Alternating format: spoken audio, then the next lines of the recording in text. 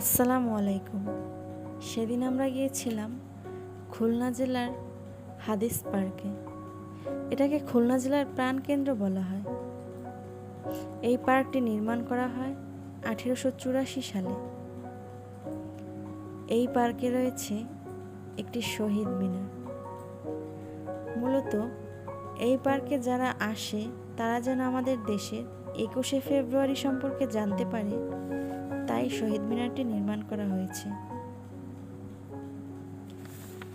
1925 সালে এই পার্কে মহাত্মা গান্ধী বক্তব্য রাখেন এবং তখন তার স্মরণে এই পার্কের নাম দেওয়া হয়েছিল গান্ধী পার্ক।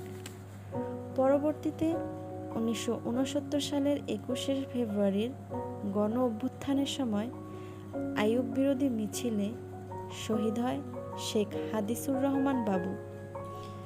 তখন থেকে এই পার্কের নাম দেওয়া হয় হাদিস পার্ক। বৃদ্ধ থেকে শুরু করে ছোট বড় সবাই আসে এই পার্কে।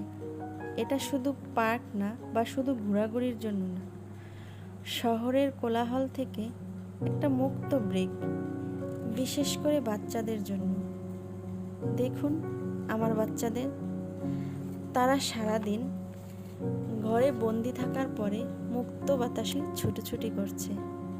মাশাআল্লাহ, দেখতে যে কি ভালো লাগছে। ঘুরতে ভালোবাসেন? খুলনা এলে হাদিস পার্ক মিস করবেন না। ফ্যামিলি নিয়ে আসবেন, বন্ধু নিয়ে আসবেন, প্রিয় মানুষটাকে নিয়ে আসবেন, মুক্ত বাতাস উপভোগ করবেন। আল্লাহ হাফেজ।